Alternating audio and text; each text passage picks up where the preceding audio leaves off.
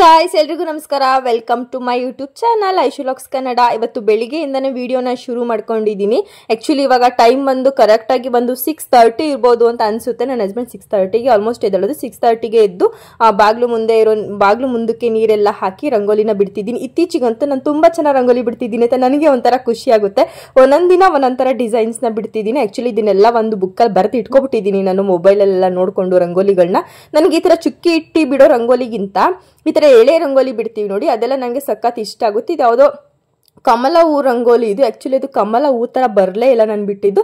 It's okay, ಈ flower ಕೂಡ ತುಂಬಾನೇ ಚೆನ್ನಾಗಿ ಕಾಣಿಸ್ತಿದೆಯಲ್ಲ ಅಂತ ಅದಕ್ಕೇನೆ ಇಟ್ಕೆ ಪುಡಿ ಬರುತ್ತೆ ನೋಡಿ, ರೆಡ್ ರಂಗೋಲಿ, ಅದನ್ನ ಅದಕ್ಕೆ ಫಿಲ್ ಮಾಡ್ತಾ ಇದ್ದೀನಿ. ನನಗೆ ಈ ಥರ ರೆಡ್ ಮತ್ತು ವೈಟ್ ಕಾಂಬಿನೇಷನ್ ಅಲ್ಲಿ ರಂಗೋಲಿನ ಬಿಟ್ಟರೆ ನಂಗೆ ಪರ್ಸ್ನಲಿ ತುಂಬಾನೇ ಇಷ್ಟ ಆಗುತ್ತೆ. ನನ್ನ ಖುಷಿಗೋಸ್ಕರ ನಾನು ರಂಗೋಲಿನ ಬಿಡೋದು. ಯಾರಾದರೂ ನೋಡ್ಲಿ ಚೆನ್ನಾಗಿದೆ ಅಂತ ಹೇಳಿ ಅಂತ ಯಾವುದೇ ಕಾರಣಕ್ಕೂ ನಾನು ರಂಗೋಲಿನ ಬಿಡಲ್ಲ. ಇವಾಗ ನೋಡಿ ಕಂಪ್ಲೀಟ್ ಲುಕ್ ರಂಗೋಲಿದು ಕಂಪ್ಲೀಟ್ ಆಗಿದೆ. ಹೇಗೆ ಕಾಣಿಸ್ತಿದೆ ಅಂತ ಅಂದ್ಬಿಟ್ಟು ಕಮೆಂಟ್ ಮಾಡಿ. ನೆಕ್ಸ್ಟ್ ಇನ್ನ ನಮ್ದು ರಂಗೋಲಿ ಕೆಲಸ ಎಲ್ಲ ಮುಗಿದ ಇನ್ನು ಕಿಚನ್ಗೆ ಎಲ್ಲ ಹೆಣ್ಮಕ್ಳು ಎಂಟ್ರಿ ಕೊಡೋದು. ನಾನು ಆಲ್ರೆಡಿ ತಿಂಡಿನೂ ಕೂಡ ರೆಡಿ ಮಾಡಿ ಇಟ್ಟಿದ್ದೆ. ಅಂದರೆ 6:30ಗೆ ರೆಡಿ ಮಾಡಿರಲಿಲ್ಲ, ಒಂದು 8:30 ಹಂಗೆ ರೆಡಿ ಮಾಡಿದ್ದೆ. ಪಲಾವ್ ಮಾಡಿದ್ದೆ ಸಿಂಪಲ್ ಆಗಿ. ಅದನ್ನೆಲ್ಲ ಯಾವಾಗಲೂ ಪಲಾವ್ದು ರೆಸಿಪಿ ತೋರಿಸಿದ್ದೀನಲ್ಲ ಅಂತ ಅದನ್ನೆಲ್ಲ ನಾನೇನು ಶೂಟ್ ಮಾಡ್ಕೊಳಕ್ಕೆ ಹೋಗಲಿಲ್ಲ. ಅದು ವಿಜುವಲ್ ಎಲ್ಲ ಹಾಗೆ ಎಲ್ಲ ಆರೋಗಿತ್ತಲ್ಲ, ಅದಕ್ಕೆ ಒಂದ್ಸಲ ನೀಟಾಗಿ ಕೈ ತಿರುಗಿಸ್ಬಿಟ್ಟು ಇನ್ನೊಂದು 2 ನಿಮಿಷ ಮುಚ್ಚಿಡೋಣ, ನೀಟಾಗಿ ಎಲ್ಲ ಹಳ್ಕೊಳ್ಳಿ ಅಂತ ಅಂದ್ಬಿಟ್ಟು ಅದನ್ನು ನೀಟಾಗಿ ಮಿಕ್ಸ್ ಮಾಡ್ಕೊಳ್ತಿದ್ದೆ. ನಾವು ಪಲಾವ್ ಎಲ್ಲ ಮಾಡಿದಾಗ ಸಾಮಾನ್ಯವಾಗಿ ಮಸಾಲೆ ಎಲ್ಲ ಸ್ವಲ್ಪ ಮೇಲ್ಗಡೆ ಬಂದು ನಿಂತಿರುತ್ತೆ ಅಲ್ವಾ, ಅದಕ್ಕೆಲ್ಲನೂ ಒಂದ್ಸಲ ಕೈ ಆಡ್ಬಿಟ್ರೆ ತುಂಬ ಚೆನ್ನಾಗಿರುತ್ತೆ ಅಂತ ಎಲ್ಲ ಮಿಕ್ಸ್ ಮಾಡಿ ಇಟ್ಟಿದ್ದೆ. ಫಸ್ಟ್ ನಾನು ತಿಂಡಿ ತಿನ್ಕೊಬಿಡ್ತೀನಿ, ಆಮೇಲೆ ಮಿಕ್ಕಿದ ಕೆಲಸ ಮಾಡ್ತೀನಿ. ಇತ್ತೀಚೆಗಂತೂ ತುಂಬಾನೇ ಹೊಟ್ಟೆ ಹಸಿಯುತ್ತೆ, ಅದಕ್ಕೆ ನಾನು ಬೇಗನೆ ತಿಂಡಿ ಮಾಡ್ಕೊಂಡು ಒಂದು 9 ಗಂಟೆ ಇಲ್ಲಾಂದ್ರೆ 8:45ಗೆ ಒಂದೊಂದ್ಸಲ ತಿಂಡಿ ತಿಂದಿರ್ತೀನಿ. ಒಂದೊಂದ್ಸಲ 9 ಗಂಟೆ 9:15 ಒಳಗಡೆ ನಾನು ಟಿಫನ್ ನಾನು ಮುಗಿಸ್ಕೊಬಿಡ್ತೀನಿ. ಆ ಟೈಮಲ್ಲಿ ಬಿಗ್ ಬಾಸ್ ಬರ್ತಿರುತ್ತೆ.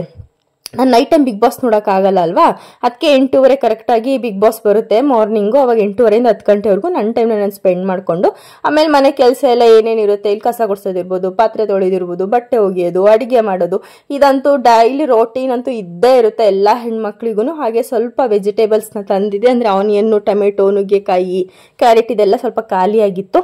ಅದಕ್ಕೆ ಅದಾದ ಜಾಗಕ್ಕೆ ಅದನ್ನೆಲ್ಲ ತಲುಪಿಸಿ ಇಟ್ಬಿಡೋಣ ಅಂತ ಎಲ್ಲಾನು ಇವಾಗ ರೀಫಿಲ್ ಮಾಡ್ಕೊಳ್ತಿದ್ದೀನಿ. ನಾನಂತೂ ಐಟಮ್ಸ್ ತಂದು ತುಂಬಾನೇ ದಿನ ಆಗೋಯ್ತು ಅಂತಾನೆ ಹೇಳ್ಬೋದು. ಅವಾಗಿಂದ ಅವಾಗ ಇಲ್ಲಿ ಅಂಗಡಿ ಇದೆ ನಮ್ಮೂರಲ್ಲಿ, ಅಲ್ಲಿ ಹೋಗಿ ನನಗೆ ಏನು ಬೇಕು ಫ್ರೆಶ್ ತರಕಾರಿ ಇರ್ಬೋದು, ಫ್ರೆಶ್ ಸೊಪ್ಪು ಇರ್ಬೋದು, ಅದನ್ನ ತಂದ್ಬಿಟ್ಟು ಅಡುಗೆ ಮಾಡೋದು ಇವಾಗ ರೂಢಿ ಆಗ್ಬಿಟ್ಟಿದೆ ನನಗೆ. ಫ್ರಿಜ್ಜಲ್ಲಿ ನಾನು ಜಾಸ್ತಿ ಇವಾಗ ಏನು ಸ್ಟೋರೇಜ್ ಮಾಡ್ತಾನೆ ಇಲ್ಲ. ಇಟ್ಟರೆ ಶುಂಠಿ ಬೆಳ್ಳುಳ್ಳಿ ಪೇಸ್ಟ್ ಇರ್ತೀನಿ, ಇಲ್ಲ ಅಂದರೆ ಕರ್ಬೇವಿನ ಸೊಪ್ಪು ಇಟ್ಟಿರ್ತೀನಿ, ಇಲ್ಲ ಕೊತ್ತಂಬರಿ ಸೊಪ್ಪು ಇಷ್ಟು ಬಿಟ್ಟರೆ ಟೊಮೆಟೊ ಇಟ್ಟಿರ್ತೀನಿ. ಇಷ್ಟು ಬಿಟ್ಟರೆ ಇನ್ನೇನು ಇಡ್ತಾನೆ ಇಲ್ಲ ನಾನು.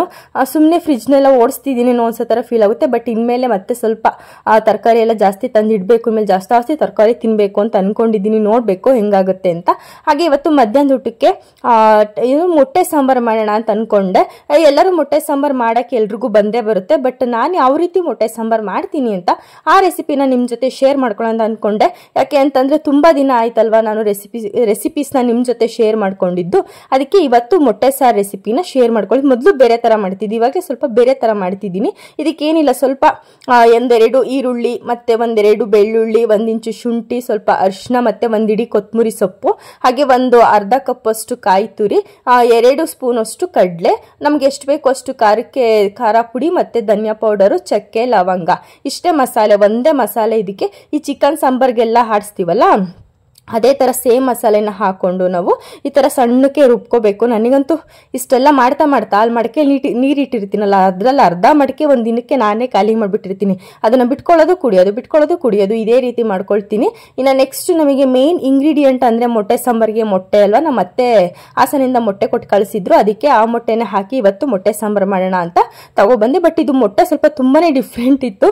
ಒಂದು ಸ್ವಲ್ಪ ಎಲ್ಲ ಡೊಂಕ ಆಗಿರೋದು, ದಪ್ಪಕ್ಕಿರೋದು, ತುಂಬ ಸಣ್ಣಕ್ಕಿರೋದು, ಈ ಥರ ಎಲ್ಲ ಇತ್ತು ಮೊಟ್ಟೆ. ಸ್ವಲ್ಪ ಚೆನ್ನಾಗಿರುತ್ತೆ ಅಂತ ಅಂದ್ರು ನನ್ನ ಹಸ್ಬೆಂಡನು. ಸರಿ ಆಯಿತು, ಇದರಲ್ಲಿ ಮೊಟ್ಟೆ ಸಾಂಬಾರು ಮಾಡ್ತೀನಿ ಅಂತ ಮಾಡ್ತಿದ್ದೆ. ಅದಕ್ಕೆ ಒಂದು ಬೌಲ್ಗೆ ಫಸ್ಟ್ ಮೊಟ್ಟೆನ ಹೊಡೆದಿಟ್ಕೊಳ್ಳೋಣ ಅಂತ ಅಂದ್ಕೊಂಡೆ, ಅಂದರೆ ವೀಡಿಯೋಗೆಲ್ಲ ತೋರಿಸ್ಬೇಕಲ್ಲ ಅಂತ ಅಂದ್ಬಿಟ್ಟು. ಬಟ್ ನಾನು ಹಾಕಿರೋದು 9 ಮೊಟ್ಟೆ ಆಗಿರೋದ್ರಿಂದ ಎಲ್ಲಾನು ಹೊಡೆದಿಟ್ಕೊಳ್ಳೋಕ್ಕಾಗಲ್ಲ, ಹಾಕಬೇಕಾದ್ರೇ ಹೊಡ್ಕೊಂಡ್ರೆ ಆಯಿತು ಅಂತ ಬರೀ ಒಂದೇ ಒಂದು ಮೊಟ್ಟೆ ಮಾತ್ರ ಹೊಡೆದೆ ಹೇಗಿದೆ ಅಂತ ನೋಡೋಕ್ಕೆ.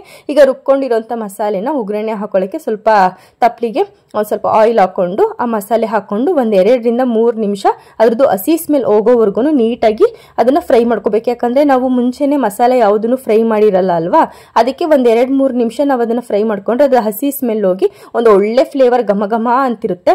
ಅಲ್ಲಿವರೆಗೂ ಅದನ್ನ ನಾವು ಆಯಿಲಲ್ಲಿ ನೀಟಾಗಿ ಫ್ರೈ ಮಾಡ್ಕೋಬೇಕು. ನೆಕ್ಸ್ಟ್ ನಮ್ಗೆ ಎಷ್ಟು ಬೇಕೋ ಅಷ್ಟು ನೀರನ್ನ ಹಾಕೊಂಡು ಅದಕ್ಕೆ ರುಚಿಗೆ ತಕ್ಕಷ್ಟು ಉಪ್ಪನ್ನ ಹಾಕೊಂಡು ಆ ಸಾಂಬಾರನ್ನ ನೀಟಾಗಿ ಬೇಯಿಸ್ಕೋಬೇಕು ಫಸ್ಟ್. ನೆಕ್ಸ್ಟ್ ನಾವು ಮೊಟ್ಟೆ ಒಡೆದು ಹಾಕಬೇಕಾಗುತ್ತೆ. ಫಸ್ಟ್ ಸಾಂಬಾರು ನೀಟಾಗಿ ಬೇಯಬೇಕು. ನಾವು ಅದೇ ಥರ ಆ ಸಾಂಬಾರನ್ನೇ ನಾವು ಅನ್ನಕ್ಕೆ ಹಾಕೊಂಡು ತಿನ್ನೋ ಥರ ಇರಬೇಕು ಸಾಂಬಾರು. ಅದ್ರ ಮಸಾಲೆ ಎಲ್ಲ ಚೆನ್ನಾಗಿ ಬೆಂದ ಮೇಲೆ ನಾವು ಗ್ಯಾಸ್ನ ತುಂಬ ಸಿಮ್ಮಲ್ಲಿ ಇಟ್ಕೋಬೇಕು. ಅಂದರೆ ದೊಡ್ಡ ಮಾಡಿದ್ರೆ ಏನಾಗುತ್ತೆ ಅಂದರೆ ಮೊಟ್ಟೆ ಎಲ್ಲ ತುಂಬ ಜಾಸ್ತಿ ಕಲ್ಸ್ಕೊಬಿಡುತ್ತೆ. ಅಂದರೆ ಆ ಭಂಡಾರ ಎಲ್ಲ ಕಲ್ಸೋಗೋದು ಈ ಥರ ಎಲ್ಲ ಆಗುತ್ತೆ.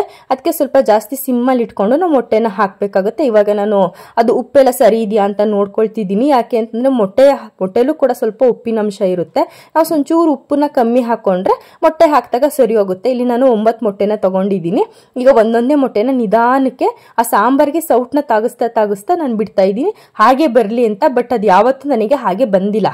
1-2-3 ಆದ್ರೂ ಕಲ್ಸೋಗ್ಬಿಟ್ಟಿರುತ್ತೆ. ಇನ್ನೆಲ್ಲ ಚೆನ್ನಾಗಿ ಬಂದಿರುತ್ತೆ. ಯಾಕಂದ್ರೆ ಅದು ಚಿಕ್ಕ ತಪ್ಪಲೆಯಲ್ಲಿ ಮಾಡೋದು ಅಲ್ವಾ, ಅದಕ್ಕೋಸ್ಕರ ಸ್ವಲ್ಪ ದೊಡ್ಡ ಅರವಣೆ ತರ ಮಾಡಿದ್ರೆ ತುಂಬಾನೇ ಚೆನ್ನಾಗಿ ಬರುತ್ತೆ.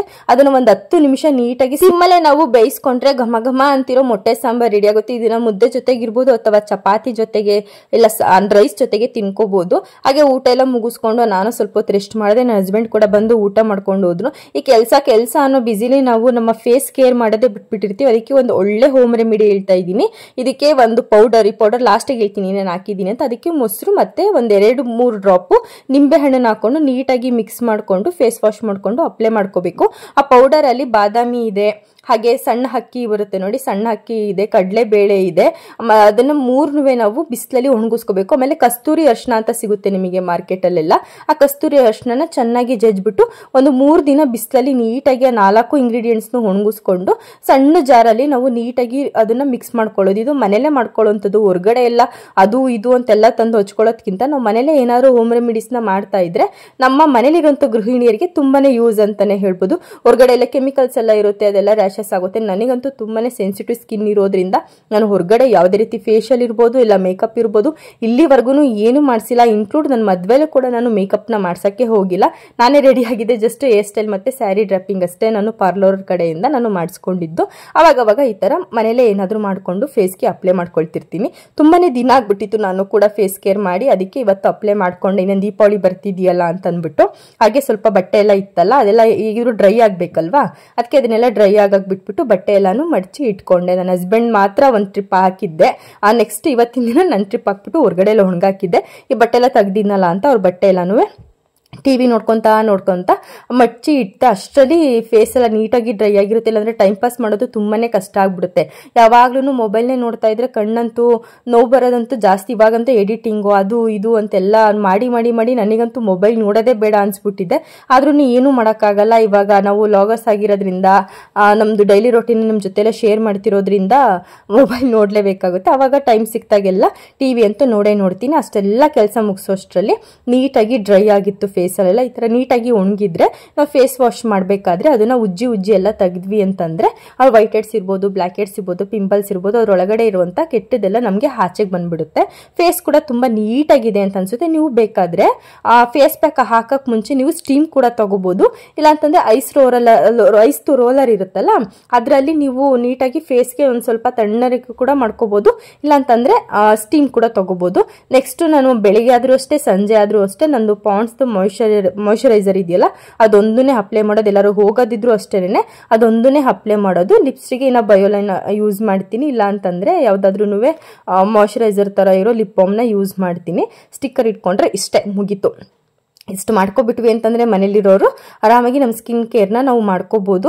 ನಮ್ಮ ಕಲರ್ ಯಾವ್ದಾರು ಇರ್ಲಿ ಫ್ರೆಂಡ್ಸ್, ನಮ್ಮ ಸ್ಕಿನ್ ಕೇರ್ ನಮ್ಮ ತರ ಇದ್ರೆ ನಮ್ಗೊಂಥರ ಚಂದ ಅನ್ಸುತ್ತೆ. ನಮಗೆ ನಾವು ಚೆನ್ನಾಗಿ ಕಾಣಿಸಿದ್ರೆ ಸಾಕು. ಹಾಗೆ ಮುಸ್ಸಂಜೆ ಆಗಿತ್ತಲ್ಲ ಅಂದ್ಬಿಟ್ಟು ಆ ಬಾಗ್ಲಿಗೆ ಎಲ್ಲ ನೀರು ಹಾಕಿ ದೇವ್ರ ಪೂಜೆ ಮಾಡೋಣ ಅಂತ ಬಂದೆ. ನೀವು ಅನ್ಕೋಬಹುದು ಸಂಜೆ ಮೊಟ್ಟೆ ಸಾಂಬಾರ್ ತಿಂದು ಇವಾಗೆ ನೀವು ಪೂಜೆ ಮಾಡ್ತಿದ್ರಲ್ಲ ಅಂತ. ಮನೆ ದೇವರಿಗೆ ಎಲ್ಲಾ ತರ ನಾನ್ ವೆಜ್ ಎಲ್ಲ ಹಿಡಿಯುತ್ತೆ. ಸೊ ಆರಾಮಾಗಿ ಪೂಜೆ ಮಾಡ್ಬೋದು. ಹಾಗೆ ಮೀಶೋ ಇಂದ ಪ್ರಾಡಕ್ಟ್ಸ್ ಇತ್ತು, ಅದನ್ನೆಲ್ಲ ರಿವ್ಯೂ ತೋರಿಸ್ತೀನಿ ಈಗ. ನೀವು ಎಷ್ಟೊಂದು ಜನ ನಾನು ಹಾಕೊಳ್ಳೋ ನೈಟ್ ಡ್ರೆಸ್ ಇರ್ಬೋದು ಅಥವಾ ಡ್ರೆಸ್ಸಸ್ಗಳಿರ್ಬೋದು ಅದ್ರದ್ದು ಲಿಂಕ್ಸ್ನೆಲ್ಲ ಕೇಳ್ತಾ ಇರ್ತೀರಾ. ಆದಷ್ಟು ನಾನು ಮೀಶೋ ಇಂದ ತರಿಸೋ ಲಿಂಕ್ಸ್ ಎಲ್ಲ ನಾನು ಆ ಡಿಸ್ಕ್ರಿಪ್ಷನ್ ಬಾಕ್ಸ್ ಒಳಗಡೆ ಹಾಕ್ಬಿಡ್ತೀನಿ. ಇಲ್ಲ ಅಂತಂದ್ರೆ ಮೀಶೋದೇ ಪರ್ಟಿಕ್ಯುಲರ್ ಒಂದು ವಿಡಿಯೋಸ್ ಎಲ್ಲ ಮಾಡಿ ಹಾಕ್ತೀನಿ. ಎಷ್ಟೊಂದು ವಿಡಿಯೋಸ್ಗಳನ್ನ ಹಾಕಿದ್ದೀನಿ. ಇಲ್ಲಿವರೆಗೆ ಯಾರು ನೋಡಿಲ್ಲ ಅಂತಂದ್ರೆ ಹೋಗಿ ಒಂದ್ಸಲ ಚೆಕ್ಔಟ್ ಮಾಡಿ ಮೀಶೋ ವಿಡಿಯೋಸ್ನ. ತುಂಬಾ ಅಫೋರ್ಡಬಲ್ ಪ್ರೈಸ್ ಅಲ್ಲಿ ಸಿಗುವಂತ ಒಂದು ಕ್ವಾಲಿಟಿ ಡ್ರೆಸ್ಸಸ್ ಇರ್ಬೋದು ಅಥವಾ ಮನೆಗೆ ಪ್ರಾಡಕ್ಟ್ಸ್ ಇರ್ಬೋದು, ಕಿಚನ್ ಪ್ರಾಡಕ್ಟ್ಸ್ ಇರ್ಬೋದು, ಬ್ಯೂಟಿ ಪ್ರಾಡಕ್ಟ್ಸ್ ಇರ್ಬೋದು, ಎಲ್ಲದನ್ನು ತರಿಸ್ತಾ ಇರ್ತೀನಿ. ಹಾಗೆ ಇವಾಗ 2 ಡ್ರೆಸ್ ರಿಸೀವ್ ಆಗಿತ್ತು ನನಗೆ, ಇವತ್ತು ರಿಸೀವ್ ಆಯ್ತು. ಅದಕ್ಕೆ ಇದು 2 ಅಲ್ವಾ ಅಂತಂದ್ಬಿಟ್ಟು ಈ ವಿಡಿಯೋದಲ್ಲಿ ತೋರಿಸ್ತಾ ಇದ್ದೀನಿ.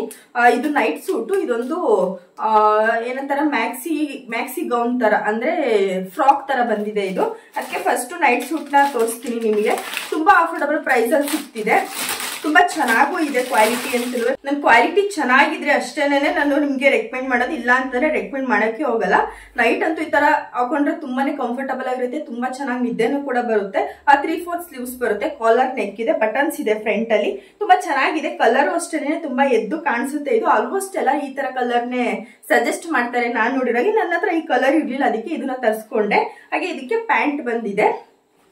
ಪ್ಯಾಂಟ್ ನೋಡ್ತಿರ್ಬೋದು ನೀವು, ಇಲ್ಲಿಂದ ಬ್ಯಾಕ್ ಅಲ್ಲಿ ಎಲಾಸ್ಟಿಕ್ ಕೊಟ್ಟಿದ್ದಾರೆ, ಫ್ರಂಟ್ ಅಲ್ಲಿ ನಾರ್ಮಲ್ ಆಗಿದೆ, ತುಂಬಾ ಕಂಫರ್ಟಬಲ್ ಆಗಿದೆ. ಪ್ಲಾಜೋ ಪ್ಯಾಂಟ್ ತರ ಇದೆ. ಈ ತರ ಪ್ಲಾಜೋ ಪ್ಯಾಂಟ್ ತರ ಇದ್ರೆ ನಮ್ಗೆ ತುಂಬಾ ಕಂಫರ್ಟಬಲ್ ಆಗುತ್ತೆ. ತುಂಬಾ ಟೈಟ್ ಫಿಟ್ಟಿಂಗ್ ಇತ್ತು ಅಂತಂದ್ರೆ ಆ ನಿದ್ದೆಗೆಲ್ಲ ಸುಮ್ನೆ ಟೈಟ್ ಆಗಿ ಆ ತರ ಫೀಲ್ ಆಗ್ತಿರುತ್ತೆ, ನಿದ್ದೆ ಮಾಡಕ್ಕಾಗಲ್ಲ ನೀಟಾಗಿ. ಈ ತರ ಪ್ಲಾಜೋ ಪ್ಯಾಂಟ್ ಆಗಿ ದೊಡ್ಡದಾಗಿತ್ತು ಅಂತಂದ್ರೆ ತುಂಬಾ ಕಂಫರ್ಟಬಲ್ ಆಗಿ ನಾವು ನಿದ್ದೆ ಮಾಡಬಹುದು. ಇದ್ರ ಪ್ರೈಸ್ ನನಗೆ ಆಕ್ಚುಲ್ ಆಗಿ ಮರ್ತೋಗ್ಬಿಟ್ಟಿದೆ, ಆ ಪಕ್ಕದಲ್ಲಿ ಸ್ಕ್ರೀನ್ ಶಾಟ್ ಹಾಕ್ತಿರ್ತೀನಲ್ಲ ಅದರಲ್ಲಿ ನೋಡ್ಕೊಳ್ಳಿ. ನಂಗಂತೂ ಪರ್ಸನಲಿ ತುಂಬಾ ಇಷ್ಟ ಆಯ್ತು. ಇದು ಪ್ಯಾಂಟ್ ನಾನು ಏನ್ ಅನ್ಕೊಂಡೆ ಅಂತಂದ್ರೆ ಸ್ವಲ್ಪ ಚಿಕ್ಕದಾಗಿ ಬರುತ್ತೆ ಅಂತ ಅನ್ಕೊಂಡೆ, ಇಲ್ಲ ಇದು ಪ್ಲಾಜೋ ಪ್ಯಾಂಟ್ ತರ ಬಂದಿದೆ, ತುಂಬಾನೇ ಚೆನ್ನಾಗಿದೆ ಮಾತ್ರ. ಇದು ಹಿಂದೆ ಎಲಾಸ್ಟಿಕ್, ಮುಂದೆ ನಾರ್ಮಲ್ ಇದೆ. ಫುಲ್ ಎಲಾಸ್ಟಿಕ್ ಅಲ್ಲ, ಫುಲ್ ನಾರ್ಮಲ್ ಅಲ್ಲ. ಇಲ್ಲಿ ನೋಡಿ, ಹಿಂದೆ ಎಲಾಸ್ಟಿಕ್ ಇದೆ, ಇಲ್ಲಿ ನಾರ್ಮಲ್ ತರ ಇದೆ. ಇದು ಎಲ್ ಸೈಜು, ಕಂಫರ್ಟಬಲ್, ಸ್ವಲ್ಪ ಫ್ರೀ ಆಗಿರ್ಲಿ ಅಂತ ಎಲ್ಲರೂ ಆದಷ್ಟು ಅದೇ ತರ ಇಷ್ಟಪಡೋದಲ್ವಾ, ಫ್ರೀ ಆಗಿರ್ಬೇಕು, ಕಂಫರ್ಟಬಲ್ ಆಗಿರ್ಬೇಕು ಅಂತ ಅಂದ್ಬಿಟ್ಟು ನೀವು ಆರಾಮಾಗಿ ಇದನ್ನ ಮೀಶೋದಲ್ಲಿ ತಗೋಬಹುದು. ಕಾಟನ್ ಮೆಟೀರಿಯಲ್ ತುಂಬಾ ಚೆನ್ನಾಗಿದೆ, ಒಗಿತಾ ಇನ್ನೂ ಕೂಡ ಸಾಫ್ಟ್ ಆಗುತ್ತೆ. ಇದ್ರ ಲಿಂಕ್ ನಾನು ಡಿಸ್ಕ್ರಿಪ್ಷನ್ ಅಲ್ಲಿ ಹಾಕಿರ್ತೀನಿ, ಹೋಗಿ ಒಂದ್ಸಲ ಚೆಕ್ಔಟ್ ಮಾಡಿ. ಇಷ್ಟ ಆದ್ರೆ ನೀವು ಲಿಂಕ್ ಥ್ರೂ ಹೋಗಿ ನೀವು ಬೈ ಮಾಡ್ಬೋದು. ಇನ್ನ ನೆಕ್ಸ್ಟ್ ಇದೊಂದು ಮ್ಯಾಕ್ಸಿ ಫ್ರಾಕ್ ತರ.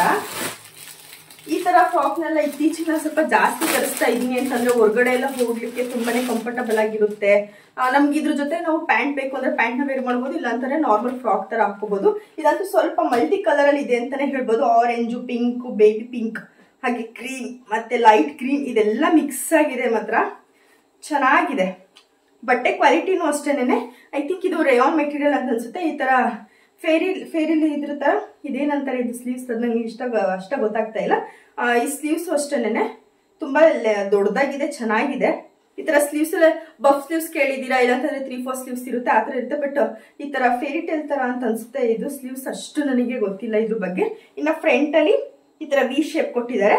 ಇಲ್ಲಿ ಎಲಾಸ್ಟಿಕ್ ಇರೋದ್ರಿಂದ ಎಲ್ಲರಿಗೂ ಈ ಸೈಜು ಆಗುತ್ತೆ. ಹಾಗೆ ಇದ್ರ ಲೆಂತ್ ಬಂತು ಅಂತಂದ್ರೆ ನಮ್ಮ ನೀಗಿಂತ ತುಂಬಾನೇ ಲೆಂತ್ ಇದೆ, ಉದ್ದ ಇದೆ. ಇದು ತುಂಬಾ ಕಂಫರ್ಟಬಲ್ ಆಗಿರುತ್ತೆ, ಎಲ್ರಿಗೂ ಅಷ್ಟೇ, ದೊಡ್ಡವರು ಕೂಡ ಆರಾಮಾಗಿ ಹಾಕೋಬಹುದು. ಅದರಲ್ಲೂ ಕಾಲೇಜ್ಗೆ ಹೋಗ್ತಿರೋರ್ಗಂತೂ ಹೇಳಿ ಮಾಡಿಸ್ತೀನಿ, ಬೇರೆ ಟ್ರಿಪ್ ಇರ್ಬೋದು ಅಥವಾ ಕಾಲೇಜ್ಗೆ ಇರ್ಬೋದು, ಕಾಲೇಜ್ ಫೆಸ್ಟ್ ಇರ್ಬೋದು, ಆರಾಮಾಗಿ ಹೋಗ್ಬೋದು. ಇನ್ನು ನಾವೆಲ್ಲರೂ ಈ ತರ ಫಂಕ್ಷನ್ಸ್ಗಳಿಗೆ ಹಾಕಕ್ಕಾಗಲ್ಲ, ಹೊರಗಡೆ ಏನಾದ್ರೂ ಟ್ರಿಪ್ ಎಲ್ಲ ಹೋದ್ವಿ ಅಂತ ಅಂದ್ರೆ ಫ್ಯಾಮಿಲಿ ಜೊತೆ ಹೋದ್ರೆ ಆರಾಮಾಗಿ ಯಾವುದೇ ರೀತಿ ಎಸ್ಟೇಟ್ ಫೀಲ್ ಇಲ್ದೇನೆ ನಾವು ಆರಾಮಾಗಿ ಇದನ್ನ ವೇರ್ ಮಾಡ್ಬೋದು. ಚೆನ್ನಾಗಿದೆ. ಕೆಳಗಡೆ 2 ತರ ಫ್ರಿಲ್ಸ್ ಕೊಟ್ಟಿದ್ದಾರೆ, ಇಲ್ಲಿ ಮೇಲ್ಗಡೆ ಒಂಥರ, ಕೆಳಗಡೆ ಒಂಥರ ಜಾಸ್ತಿ ಫ್ರಿಲ್ಸ್ ತರ ಕೊಟ್ಟಿದ್ದಾರೆ. ಫ್ರಾಕ್ ತರ ಅಂತಾನೆ ಹೇಳ್ಬೋದು. ಇದಕ್ಕೇನು ಪ್ಯಾಂಟ್ ವೇರ್ ಮಾಡೋಂತ ನೆಸೆಸರಿ ಅಂತೂ ಇಲ್ಲ. ಸುಕ್ಕದಾಗಿದೆ. ಹಿಂದೆನೂ ಕೂಡ ವಿ ಶೇಪ್ ಅಲ್ಲೇ ನೆಕ್ ಇದೆ, ಫ್ರಂಟ್ ಅಲ್ಲೂ ಕೂಡ ವಿ ಶೇಪ್ ಅಲ್ಲೇ ನೆಕ್ ಇದೆ. ಚೆನ್ನಾಗಿದೆ. ಇದ್ರ ಲಿಂಕ್ ಕೂಡ ನಾನು ಡಿಸ್ಕ್ರಿಪ್ಷನ್ ಹಾಕಿರ್ತೀನಿ, ಹೋಗಿ ಒಂದ್ಸಲ ಚೆಕ್ಔಟ್ ಮಾಡಿ. ಇಷ್ಟ ಆದ್ರೆ ನೀವು ಕೂಡ ಬೈ ಮಾಡ್ಬೋದು. ನಾನು ಎಲ್ಲಾ ಪ್ರಾಡಕ್ಟ್ಸ್ನ ಯಾಕೆ ಮೀಶೋದಲ್ಲೇ ತರಿಸ್ತೀನಿ ಅಂತಂದ್ರೆ ಅಲ್ಲಿ ಒಂದು ಸ್ಟೋರ್ ಇರುತ್ತೆ ಅಂತ ಅನ್ಕೊಳ್ಳಿ. ಆ ಸ್ಟೋರ್ ಅವರು ಫ್ಲಿಪ್ಕಾರ್ಟ್ ಅಲ್ಲೂ ಇರ್ತಾರೆ, ಅಮೆಝಾನ್ ಅಲ್ಲೂ ಇರ್ತಾರೆ, ಮೀಶೋದಲ್ಲೂ ಇರ್ತಾರೆ. ಬಟ್ ಮೀಶೋದಲ್ಲಿ ಒಂದು ರೇಟ್ ಇರುತ್ತೆ, ಅಮೆಝಾನ್ ಅಲ್ಲಿ ಒಂದು ರೇಟ್ ಇರುತ್ತೆ, ಫ್ಲಿಪ್ಕಾರ್ಟ್ ಅಲ್ಲಿ ಒಂದು ರೇಟ್ ಇರುತ್ತೆ. ಯಾಕೆ ಅಂತಂದ್ರೆ ಅದು ಆ್ಯಪ್ಗಳಿರ್ತಾವೆ ನೋಡಿ, ಆ ಕಂಪ್ನಿಗಳು ಇರ್ತಾರಲ್ಲ, ಈಗ Meesho company, Amazon company, Flipkart ಕಂಪ್ನಿಗಳು, ಅವರು ಇಸ್ಕೊಳ್ಳೋ ಅಂತ ಅಮೌಂಟೇ ಬೇರೆ ಬೇರೆ ತರ ಇರುತ್ತೆ. ಅಂದ್ರೆ ಅವ್ರಿಗೆ ಒಂದಿಷ್ಟು ಪರ್ಸೆಂಟೇಜ್ ಅಂತ ಕೊಡ್ಬೇಕಲ್ಲ ಪ್ರಾಫಿಟ್ ಅಲ್ಲಿ, ಅದರಲ್ಲಿ ಬೇರೆ ಬೇರೆ ತರ ಇರುತ್ತೆ. ಅದಕ್ಕೋಸ್ಕರ ಮೀಶೋದವರು ಕಮ್ಮಿ ಪರ್ಸೆಂಟೇಜ್ ಇಸ್ಕೊಳ್ಳೋದ್ರಿಂದ ಅಲ್ಲಿ ನಮಗೆ ತುಂಬಾನೇ ಆಫರ್ಡಬಲ್ ಪ್ರೈಸ್ ಅಲ್ಲಿ ಸಿಗುತ್ತೆ, ಸೇಮ್ ಕ್ವಾಲಿಟಿ ಬಟ್ಟೆನೇ ಆಗಿರುತ್ತೆ. ಅದಕ್ಕೋಸ್ಕರ ನಾನು ಅಲ್ಲಿ ತರಿಸೋದು ಅಷ್ಟೇ. ನಿಮಗೆ ಎಷ್ಟೊಂದು ಪ್ರಾಡಕ್ಟ್ಸ್ಗಳನ್ನೆಲ್ಲ ತೋರಿಸ್ತಾ ಇರ್ತೀನಿ, ಅದರ ಲಿಂಕ್ನೆಲ್ಲ ಡಿಸ್ಕ್ರಿಪ್ಷನಲ್ಲಿ ಹಾಕ್ತಿರ್ತೀನಿ. ನಿಮ್ಗೆ ಯಾವುದೇ ಪ್ರಾಡಕ್ಟ್ಸ್ ಇಷ್ಟ ಆಯಿತು ಅಂತಂದರೆ ನೀವು ತಗೋಬೋದು. ಇನ್ನು ನಾನು ಕೂಡ ನಿಮಗೆ ತಂದಿರೋಂಥ ಬಟ್ಟೆ ಎಲ್ಲ ತೋರಿಸ್ಬಿಟ್ಟು ಕಿಚನಿಗೆ ಬಂದು ನಮ್ಮ ಮಾವ ಊಟ ಬೇಡ ಅಂತಂದ್ರೆ ಅದಕ್ಕೆ ಅವರಿಗೆ 1-2 ಆಮ್ಲೆಟ್ ಮಾಡ್ಕೊಡೋಣ ಅಂತಂದ್ಬಿಟ್ಟು ಆಮ್ಲೆಟ್ಗೆಲ್ಲ ರೆಡಿ ಮಾಡ್ಕೊಳ್ತಿದ್ದೆ. ಐ ಹೋಪ್ ಈ ವಿಡಿಯೋ ನಿಮಗೆ ಇಷ್ಟ ಆಗಿದೆ ಅಂತ ಅನ್ಕೊಳ್ತೀನಿ. ಫ್ರೆಂಡ್ಸ್, ನಿಮ್ಗೆ ಏನಾದ್ರು ಇಷ್ಟ ಆಗಿದೆ ಒಂದು ಲೈಕ್ ಮಾಡಿ, ಕಮೆಂಟ್ ಮಾಡಿ. ಇನ್ನು ಯಾರು ನನ್ನ ಚಾನಲ್ ಸಬ್ಸ್ಕ್ರೈಬ್ ಮಾಡ್ಕೊಂಡಿಲ್ಲ, ಪ್ಲೀಸ್ ಸಬ್ಸ್ಕ್ರೈಬ್ ಮಾಡ್ಕೊಂಡು ಸಪೋರ್ಟ್ ಮಾಡಿ ಅಂತ ಹೇಳ್ತಾ ನೆಕ್ಸ್ಟ್ ಒಂದು ಹೊಸ ವಿಡಿಯೋ ಜೊತೆ ನಿಮ್ಮ ಮುಂದೆ ಬರ್ತೀನಿ. ಟೇಕ್ ಕೇರ್, ಬಾಯ್.